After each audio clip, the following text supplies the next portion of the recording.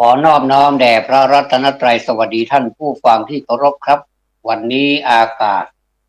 สดใสครึ่งหนึ่งแล้วก็ครึ้มฟ้าครึ้มฝนครึ่งหนึ่ง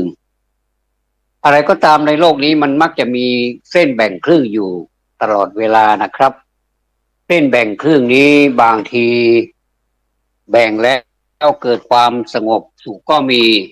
แบ่งแล้วเกิดความเดือดร้อนก็มีดังนั้นในฐานะที่เราเป็นมนุษย์เราควรจะแบ่งเส้นครึ่งนี้ด้วยความสันติสุขเพื่อความอยู่รอดปลอดภัยของมนุษย์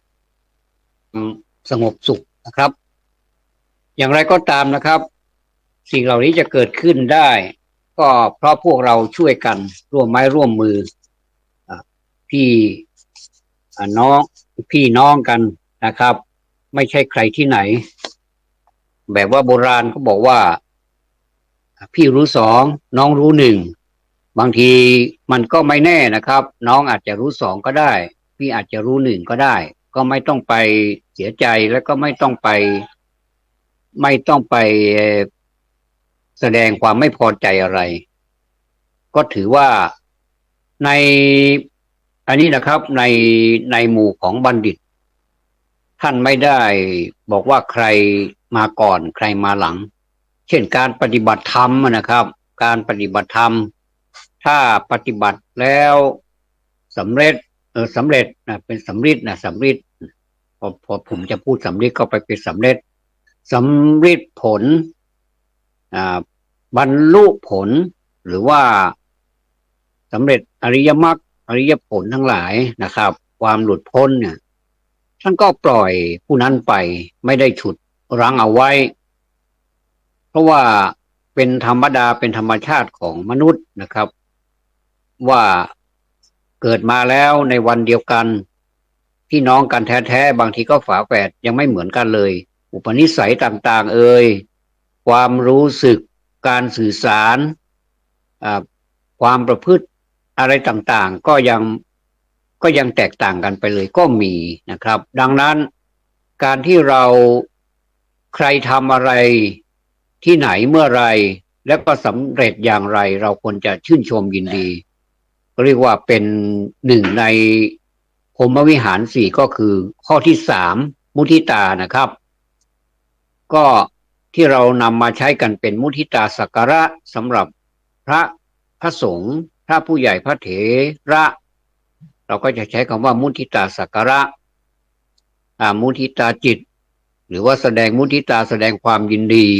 ก็จะเป็นพื้นฐานทั่วๆไปอันนี้ก็เป็นห้องของสมมุตินะครับเป็นของสมมุติที่เราสมมุติกันขึ้นมาแต่เราก็เลือกใช้ให้ถูกกาลเทศะให้ถูกกับบุคคลนะครับสถานที่กับเวลาวันนี้ผมมีความภูมิใจนะครับว่าจะนำเอาประวัติขออนุญาตนะครับประวัติของแม่เมา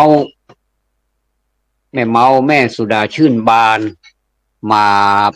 พูดในฐานะที่เราเป็นนักเรียนผมถือว่าผมเป็นนักเรียนอยู่ตลอดเวลาเป็นนักเรียนอยู่ตลอดเวลาเพราะว่าเราจะต้องเรียนรู้เกี่ยวกับคนที่เขาประสบความสำเร็จแล้วเราก็สามารถนำมาประยุกต์ซึ่งมันก็เป็นวิธีการที่ดีมากๆเพราะว่าถ้าเราทำเองคิดเองแล้วก็สำเร็จเองเนี่ยมันไม่ค่อยมีมันก็เป็นแบบส่วนๆเหมือนกันนะครับอย่างสมมุติว่าเราไม่มีความรู้ในด้านนี้แล้วเราอยากจะรู้ในด้านนี้แต่เราทำไม่ได้เราต้องไปศึกษาหาความรู้หาแหล่งรู้แล้วก็ให้รู้จริงๆตั้งใจจริงๆคือตั้งอธิษฐานเรียกว่าอธิษฐานบารมีอธิษฐานจริงๆว่าเราจะต้องทำสิ่งนี้ให้ได้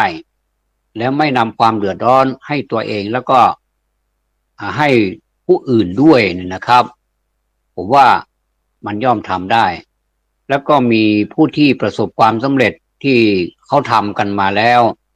แล้วก็นำมาบอกกล่าวให้สังคมได้รับทราบยิ่งสมัยนี้แล้วสื่อเป็นผู้ที่ถ่ายทอดความจริงกับความเป็นจริงนี่ดูเหมือนมันจะเหมือนเป็นตัวเดียวกันแต่มันเป็นคนละอย่างความจริงอีกอย่างหนึ่งแล้วก็ความเป็นจริงอีกอย่างหนึ่งนะเช่นผมเกลียดคร้านมากเลยอันนี้คือความจริงแต่ว่าความเป็นจริงนี่ถ้าใครรู้ว่าเราเกลียดคร้านเขาก็จะรู้ว่าเราเป็นผู้เกลียดคร้านแค่นั้นเองแต่ว่าจริงๆแล้วมันไม่ใช่เราก็มีความขยันในความเป็นจริงนะเราขยันแต่เราไม่ได้เกียจคร้านในขณะเดียวกันถ้ากลับกันผมเป็นคนขยันมากในความรู้สึกของสังคม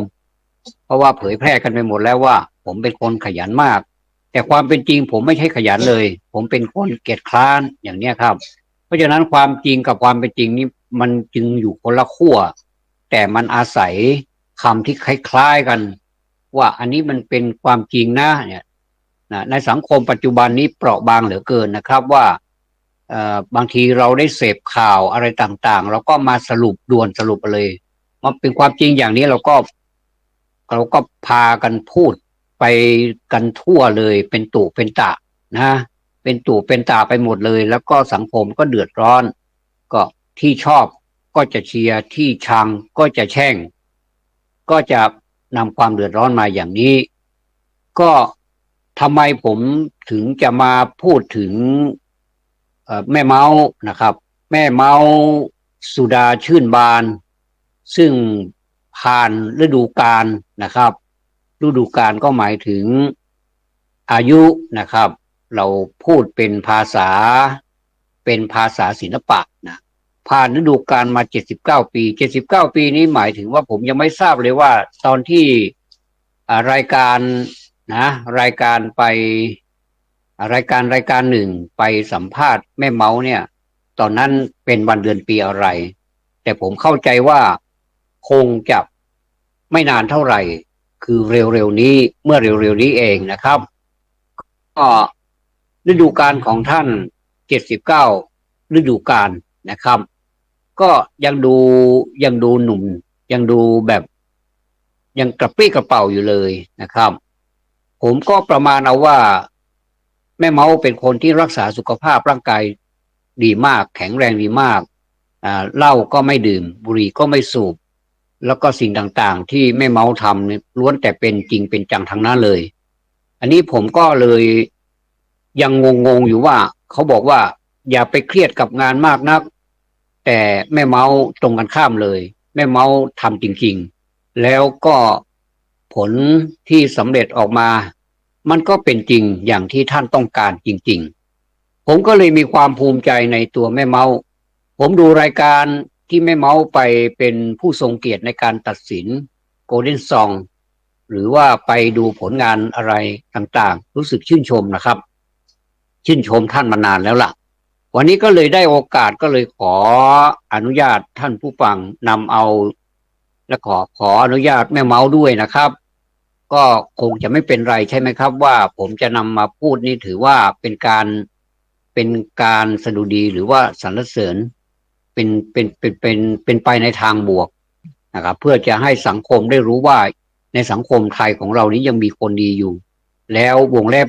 มีเยอะด้วยแต่ไม่ปรากฏท่านเหล่านั้นไม่ปรากฏเท่านั้นเองแต่อย่างไรก็ตามแม่เมาเป็นตัวแทนของท่านเหล่านั้นก็แล้วกันนะครับแม่เมาสุดาชื่นบานนี่นะท่านให้สัมภาษณ์ผมก็เลยได้ดูบางส่วนผมคือดูแล้วผมได้จดบางส่วนก็แล้วกันผมได้บันทึกไว้บางส่วนนะครับว่า แม่เมานี่เป็นคนที่ทันสมัยมากเลยท่านบอกว่าจากการสัมภาษณ์นะครับท่านก็ตอบว่าคนเรานี้จะต้องทันสมัยเรื่องการแต่งเนื้อแต่งตัวมันจะต้องเฟี้ยวตลอดมันจะต้องดูดีตลอดถึงจะอย่างไรก็ตามขอให้แต่งตัวไว้ก่อนใบหน้าใบตาเสื้อผ้าหน้าผมอะไรประมาณเนี้ยก็ต้องดีนะครับแล้วก็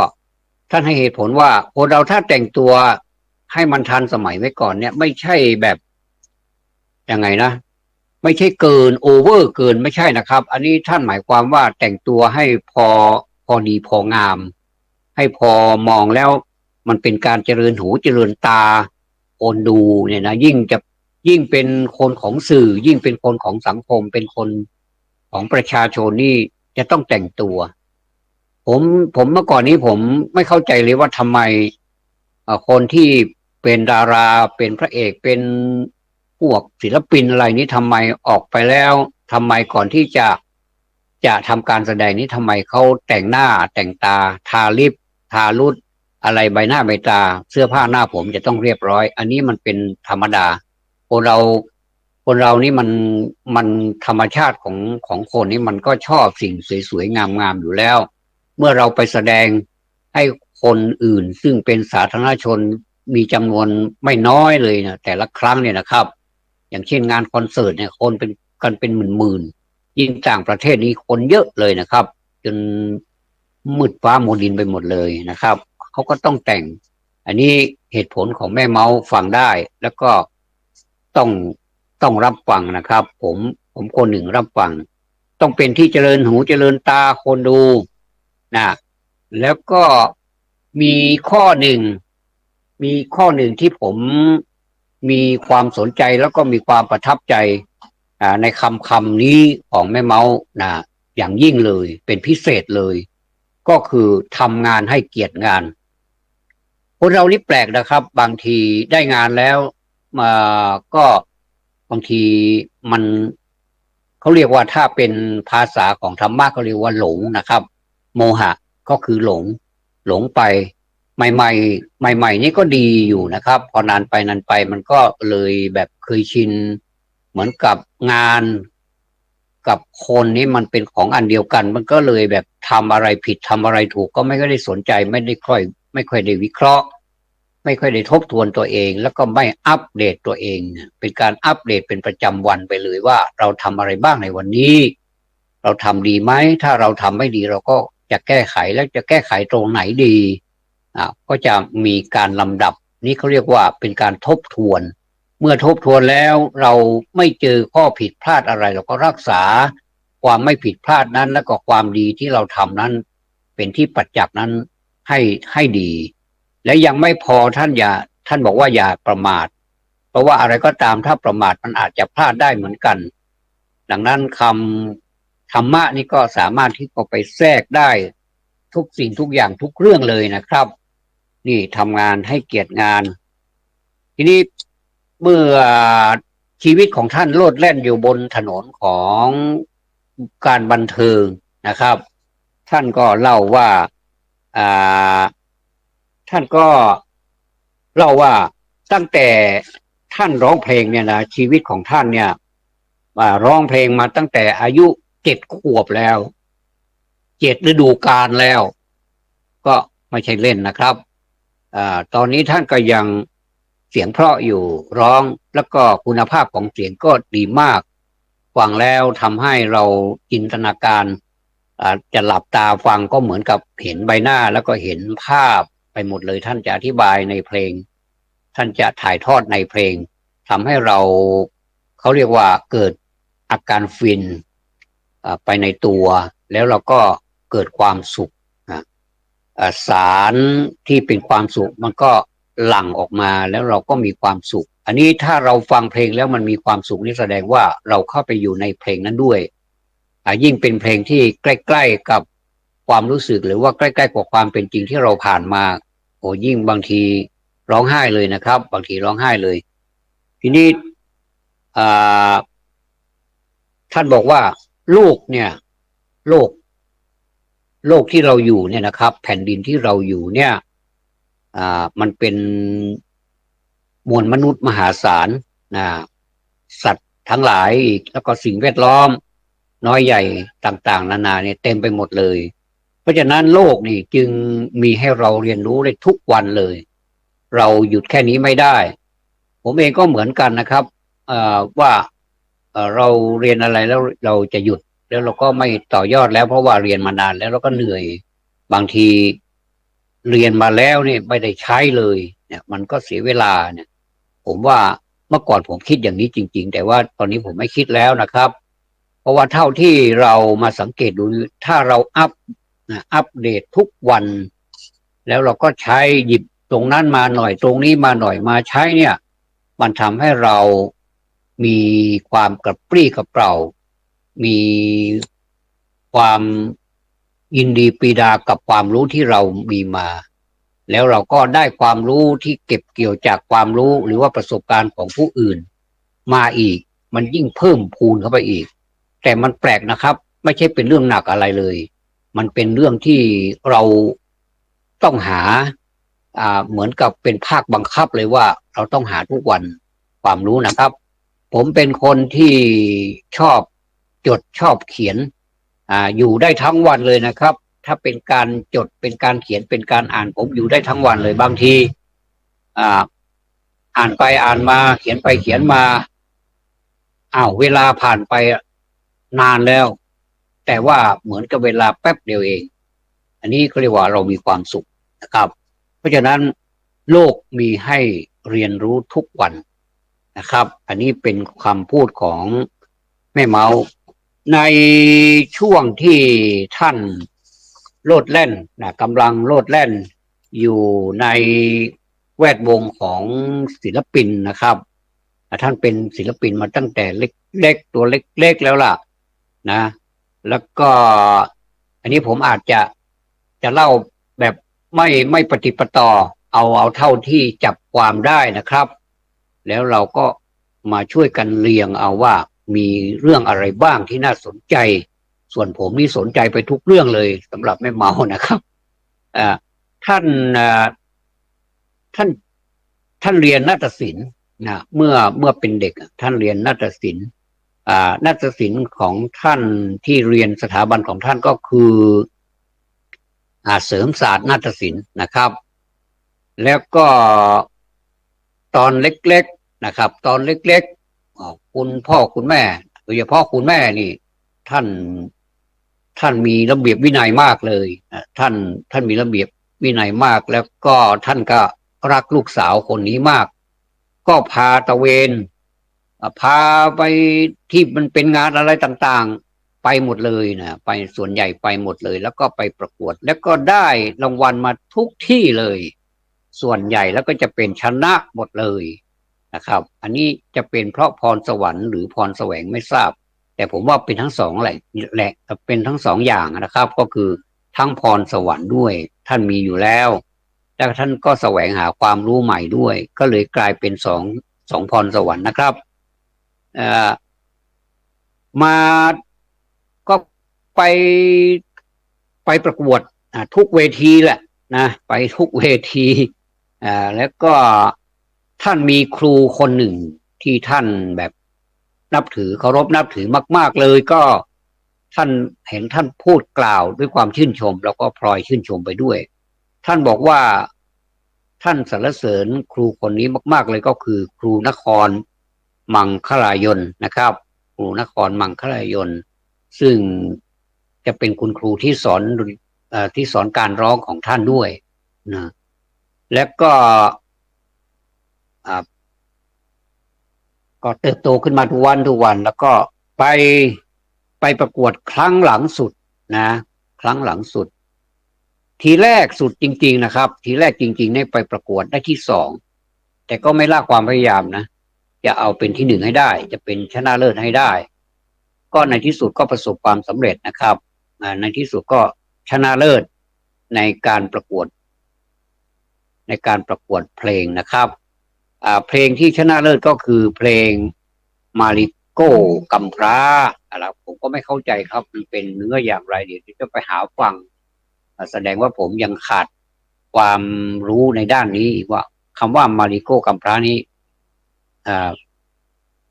มันเป็นเพลงอย่างไรสื่ออะไรบ้างนะครับแต่เราก็ฟังไปก็คือการสัมภาษณ์ในบางทีเราก็เขียนไปด้วยอะไรไปด้วยนะบางทีก็มันอาจจะขาดระยะหรือว่าขาดตอนไปพอมาถึงอายุ16นะอายุ16ก็ไปทำงานไนท์คลับ ถ้ามีคนถามว่าทำไมท่านต้องไปทำงานไนท์คลับเพราะว่าท่านบอกว่าอะไรก็ตามถ้าเป็นเงินเอาทั้งนั้นถ้ามันสุจริตมันไม่เป็นเดือดร้อนใครก็ทำให้ตัวเองพึ่งพาตัวเองได้หาเงินได้ยังยังให้แม่ด้วยซ้ำไปอายุนะอายุแค่นี้เอาให้แม่ด้วยแต่สมัยนี้นี่ไปขอแม่ขอพ่อขอแม่ก็เป็นไปตามความจริงนะครับว่ามันเป็นอย่างนี้จริงๆแบมือขออย่างเดียวแต่นี่แม่เมาไม่อย่างนั้นอ่านอกจากไม่แบมือขอแล้วยังเป็นผู้ให้ครับไนท์คลับนี้นะครับถ้าผมอ่านผิดถ้าผมพูดผิดก็ต้องขออภัยด้วยนะครับมันเป็นภาษาอังกฤษ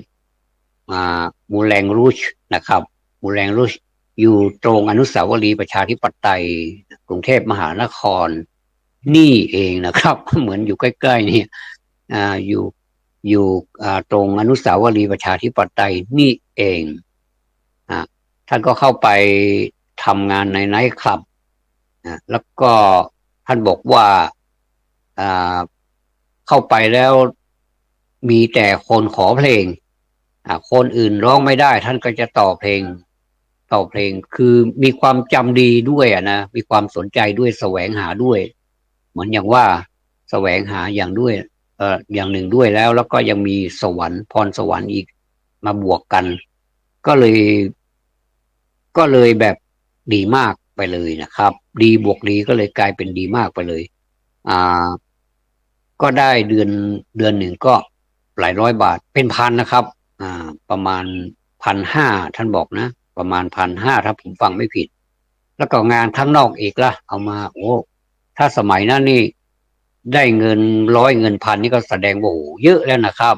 ถ้าเป็นเดี๋ยวนี้นี่ถ้า1,500นี่มันก็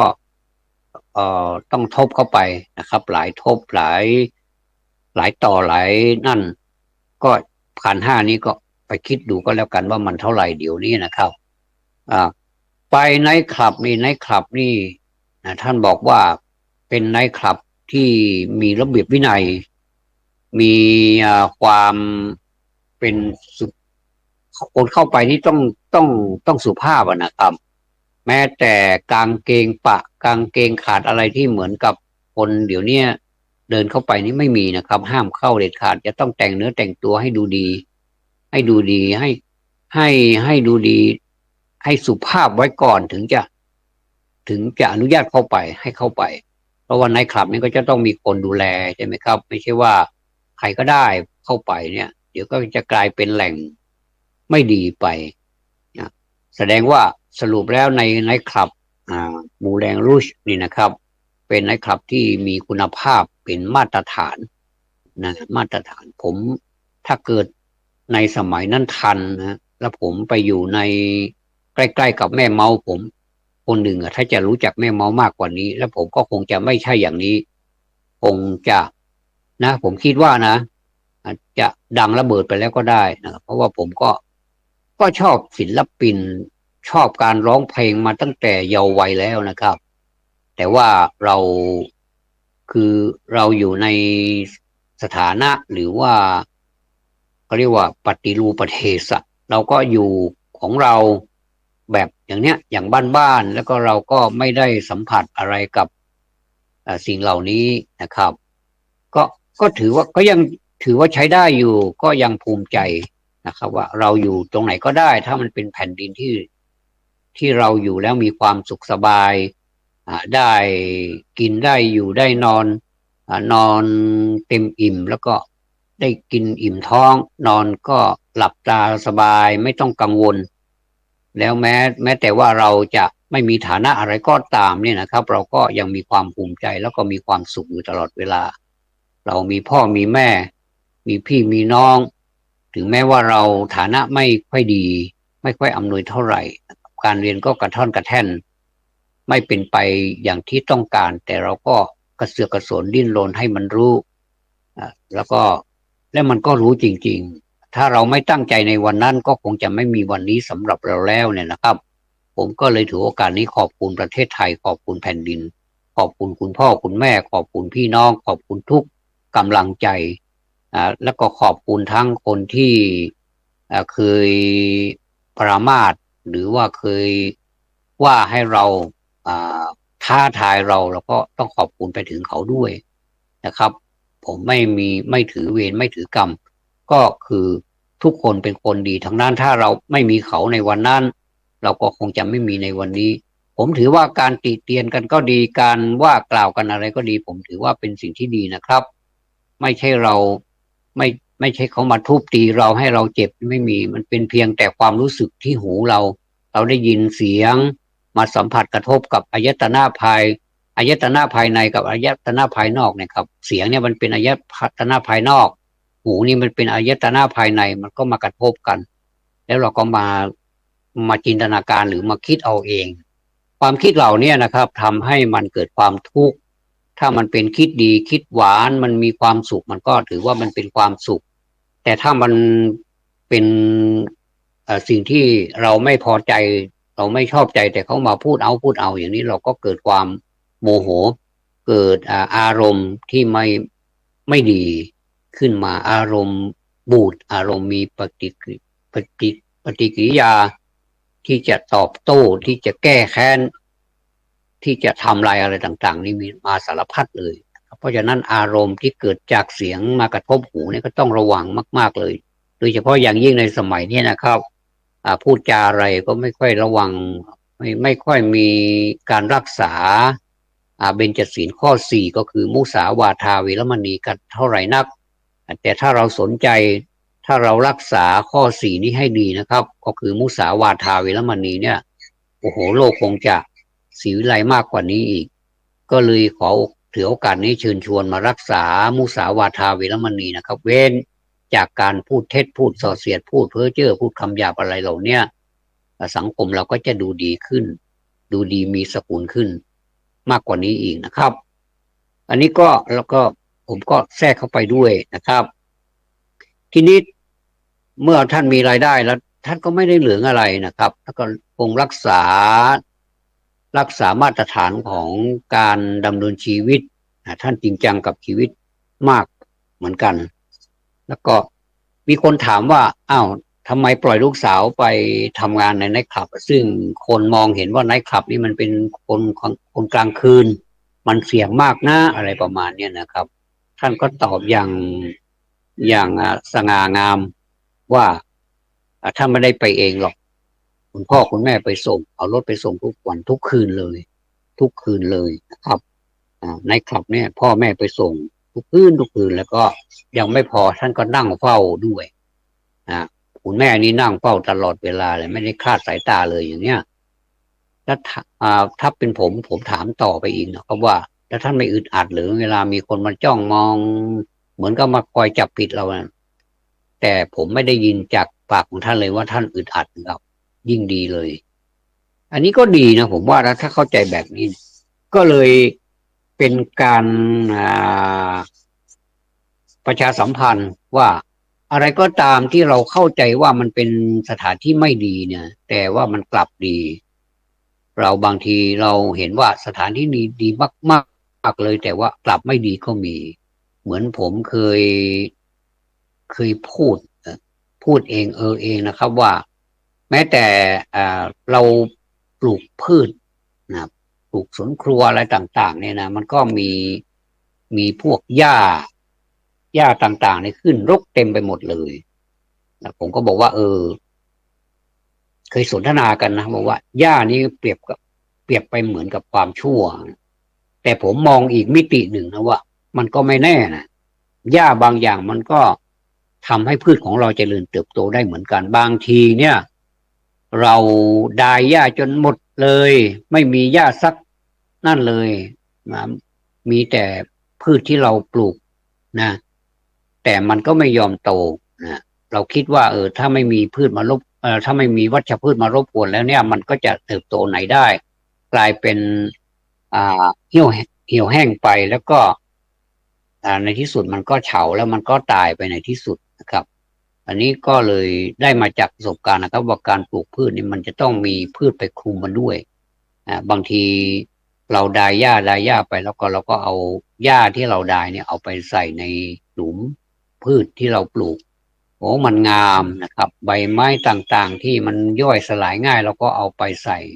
แล้วก็รดน้ำเป็นประจำเดี๋ยวมันก็โอ้โห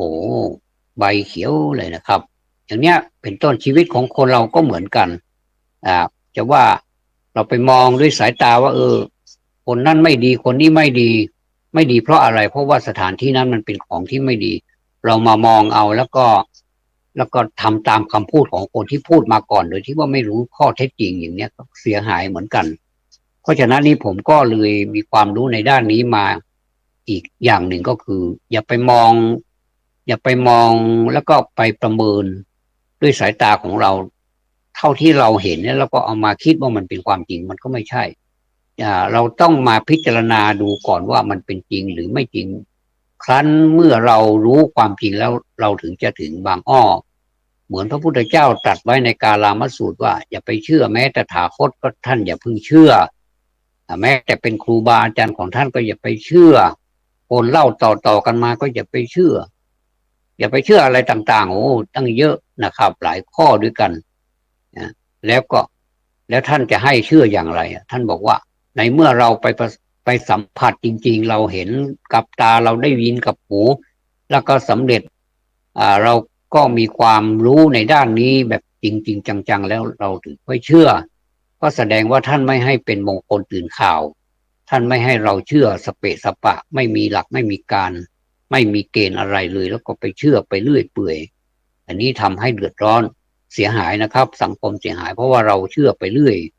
นะแล้วก็ผมก็มองผู้สื่อข่าวนี่ผมก็มองเป็นกลางๆผมว่ามีทั้งข่าวจริงแล้วก็ทั้งความเห็นทั้งเท็จไปด้วยเพราะว่าเราไปพูดนิดเดียวเองแต่ออกสื่อไปตั้งเยอะแยะไปทั่วไปหมดเลยแป๊บเดียวมันก็รู้ไปหมดแล้วแล้วก็คนฟังก็ไม่ทันคิดว่าคนนี้เขาเป็นคนที่น่าเชื่อถือแล้วก็ฟังแล้วก็เชื่อกันไปเลยแล้วก็จากปากสู่ปากไปอีกอันนี้ก็เดือดร้อนถ้าชังก็แช่งถ้าชอบก็สรรเสริญยืนยออย่างเนี้ยมันก็เลยเดือดร้อนไปเลยอันนี้เป็นการแทรกนะครับนี่เอาละทีนี้รายได้ของท่านก็เริ่มมีขึ้นแล้วก็มีการยังไงเขาเรียกว่ามีความสุขกับการได้ทำงานแล้วก็ได้เงินท่านบอกว่าอะไรก็ตามถ้ามาจ้างไปทั้งนั้นเลยแม้แต่ไปจ้างไปร้องเพลงในฉากภาพยนตร์ท่านบอกหลายเรื่องเหลือเกินนะฉากภาพยนตร์ฉากหนังแล้วก็ให้พระเอกนางเอกนี่ลิปซิงค์เอาเหมือนกับว่าท่านอยู่เบื้องหลังไม่มีใครเห็นตัวท่านหรอกแต่ว่าพระเอกนางเอกนะร้องเสียงเพราะเลยนะแต่ความจริงเป็นเสียงของแม่เมาส์นะท่านแล้วก็เขาก็ถามอีกว่าผู้ดำเนินรายการก็ถามอีกว่าแล้วไม่ไปแสดงหรือแล้วเขาจะรู้ได้ไงว่าเป็นเสียงแม่เมาส์บอกว่าไม่เป็นไรหรอกไม่ต้องรู้จักเราก็ได้ขอจ่ายตังมาก็ดีแล้วนะท่านพูดสนุกนะพูดจริงๆผมว่าพูดแบบตรงๆแบบชาวบ้านไม่ต้องแปลนะเข้าใจง่ายนะผมก็เลยยิ่งศรัทธาไม่เมาเข้าไปอีกนะอันเนี้ยก็เลย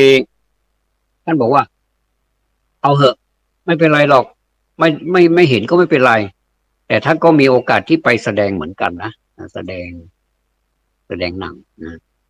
ก็อันนี้ก็เอาแค่นี้ก่อนทีนี้เมื่อท่านมีครอบครัวแล้วเนี่ยนะครับมีครอบครัวแล้วก็มีทายาทท่านบอกว่าหน้าที่ของแม่หรือหน้าที่ของแม่ในทัศนะของแม่เมาท่านบอกว่าหน้าที่ของแม่นั่นก็คือดูแลลูกจนตายทำไมเป็นงั้นไปอันนี้ในความคิดของแม่เมานะผมก็เห็นด้วยนะแต่ทีแรกผมก็ไม่ค่อยเห็นด้วยนะเพราะว่าลูกนี่จะต้องดูแลพ่อแม่ไม่ใช่หรือแต่ธรรมชาติเนี่ยไม่ต้องไปกฎเกณฑ์ไม่ต้องไปเขียนอะไรก็ได้มันเป็นธรรมชาติของมันอยู่แล้วถ้าจะดูแลมันก็ดูแลแล้วนะครับมันก็เป็นไปตามธรรมชาติมันเป็นสัญชาตญาณของมันเองในเมื่อท่านรักเรามาเราก็รักท่านตอบแค่นั้นเองแต่ว่าในทัศนะของแม่เมานี่ก็คือเป็นหน้าที่ของแม่คือดูแลลูกจนตายแล้วก็ยังไม่พอนะแม่เมาพูดได้แบบ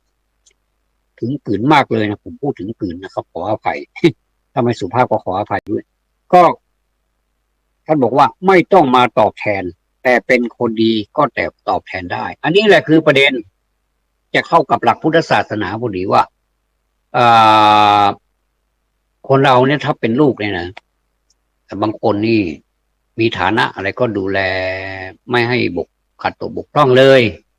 นะพ่อแม่ต้องการอะไรก็ตามใจหมดแต่ว่าเป็นคนไม่ดีเป็นคนที่เกเรแล้วก็เงินทองบางทีได้มาก็ได้มาด้วยความทุจริตก็มีอย่างเนี้ยผมว่าอย่างนี้ผมว่าอย่าไปให้ดีกว่านะผมว่าถ้าเป็นคนดีสักอย่างเนี่ยแม้แต่เงินทองไม่ได้ให้มันก็ไม่ได้เกี่ยวอะไรเลยคุณพ่อคุณแม่ไม่ได้เรียกร้องเลยเนี่ยถ้าใครอยากจะรู้มีคุณพ่อคุณแม่มีความรู้สึกอย่างไรนะก็ลองไปเป็นคุณพ่อคุณแม่ดูนะลองไปเป็นพ่อคนแม่คนดูก็จะรู้เลยว่าเรานี่ไม่ต้องการอะไรจากลูกเลยนะเราต้องเราขออย่างเดียวก็ขอให้ลูกเป็นคนดีคนดีในความหมายนี้นิยามของคำว่าคนดีเนี่ยเป็นคนดีที่รอบนะครับไม่ใช่คนดีอย่างหนึ่งแล้วไปเสียอีกอย่างหนึ่งไม่ใช่ก็คือดีหมดเลยถ้าเป็นปัญญานี่ถ้าเป็นความรู้นี่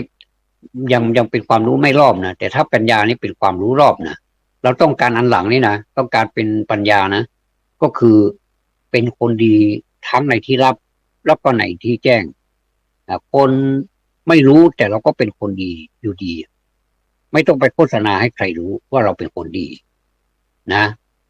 เพราะฉะนั้นผมก็เลยได้ความรู้จากแม่เมาส์ที่ค่อนข้างจะเยอะนะจนกระทั่งในปัจจุบันนี้เราก็ยังเห็นแม่เมาส์โลดแล่นอยู่บนถนนของการบันเทิงท่านเป็นศิลปินแห่งชาติโอ้ท่านเป็นตำแหน่งอะไรมากมายเลยนะครับและก็เป็นคณะกรรมการผู้ทรงเกียรติสามารถที่จะรู้หลักภาษาไทยตรงไหนที่มันเป็นจุดเล็กๆท่านก็สามารถที่จะเอามาพูดได้แล้วก็ตรงด้วยภาษาไทยของท่านแข็งแรงมากเลยไม่ว่าท่านจะพูดรอเรือรอลิงชอช้างอะไรก็ตามนี่ท่านจะพูดชัดมากแล้วก็การสื่อในการร้องเพลงของท่านก็เฉียบคมมากผมพูดแล้วมันพูดจากใจจริงนะผมฟังเสียงของท่านแล้วฟังท่านออกเสียงอักขระพยัญชนะการให้วรรคตอนความเฉียบคมของภาษาชอช้างชอโซ่ชอกระชือโยผู้หญิงโดจดาท่านชัดเจนมากเลยแล้วก็ท่านก็มีมีคำว่าขอบคุณฟ้าขอบคุณฟ้าขอบคุณดินขอบคุณสวรรค์อะไรขอบคุณประชาชนขอบคุณที่ถามอย่างนี้นะถ้าท่านมีข้อสังเกตอยู่อย่างหนึ่งก็คือเราควรจะทำตามท่านก็ดีเหมือนกันนะครับว่าเวลาเราเป็นนักร้องเนี่ยนะครับถ้าร้องไม่ดีเนี่ยอย่าไปให้ใครเห็นท่านบอกว่าท่านร้องไม่ดีนะท่านจะไม่ให้ใครได้ยินเลยคัดเอาที่มันดีๆแล้วฟังแล้วประทับใจถ้าคนเราร้องเพลงครั้งหนึ่งแล้วคนอยากจะฟังอีกนะแสดงว่าเราร้องดีแล้วก็พยายามปรับปรุงการร้องให้เป็นมาตรฐานนะแล้วร้องให้ดีที่สุดนะแล้วก็แม้แต่การถ่ายรูปอะไรเนี่ยท่านบอกว่าถ้าถ่ายอันเนี้ยมันไม่ดีหลับตาบ้างอะไรบ้างที่มันไม่ดีรูปมันไม่สวยในความรู้สึกเราแม้แต่เราดูตัวเองเรายังแบบไม่อยากดูเลยแล้วคนอื่นไม่จะดูเขาดูแล้วมันจะเจริญหูเจริญตาหรือนะครับท่านก็บอกว่าอันนั้นไม่ให้ปรากฏรูปถ่ายของท่านเนี่ยอะไรต่างๆเนี่ยที่เป็นรูปของท่านเนี่ยต้องดีที่สุดแล้วคนดูแล้วจะปิ๊งเลยเนี่ยผมก็ว่าท่านก็รักษาวินัยนะแล้วก็ถามว่าไม่กลัวอะไรบ้างหรือบอกว่าไม่กลัวอะไรหรอกก็ว่าในโลกนี้ไม่กลัวอะไรนะกลัวแต่หายใจไม่ออกเพราะว่าท่านเป็นโรคภูมิแพ้ที่คนเหล่านี้ก็แปลกนะบางทีถ้าเป็นคนที่เก่งมีความเก่งมีความแบบโดดเด่นเป็นเรียกว่าเป็นเอกลักษณ์เฉพาะตัวแล้วเนี่ยมักจะมีอะไรเนี่ยเข้าไปแฝงอยู่มันเป็นอย่างนั้นนะครับไม่ให้ดี100%ก็แล้วแต่มันไม่เป็นไรพวกเราเกิดแก่เจ็บตายเป็นธรรมดานะครับผมก็พูดมาในรายการของคุณเล่นซองเนี่ยเราจะสังเกตเห็นอันนี้ผมว่าความรู้นี่มันได้จากการสังเกตนะครับ ผมสังเกตดูคณะกรรมการนี่ไม่มีเอียร์มอนิเตอร์เลยก็คือที่มีหูฟังที่เอาครอบระหว่างศีรษะกับหูเนี่ยสองข้างเนี่ยไม่มีเลยนะครับท่านให้ฟังจากหน้าเวทีเลยนะอันนี้ก็เป็นความรู้ของคณะกรรมการแต่ละท่านนะครับว่าการฟังนี่ทำอย่างไรถึงจะวิจารณ์ได้ทำอย่างไรที่จะคือพูดกันตรงๆแบบชาวบ้านก็คือมีคนเชิญไปเพื่อไปจับผิดก็ไม่เชิงนะครับเป็นการไปเพิ่มไปเสริมไปเติม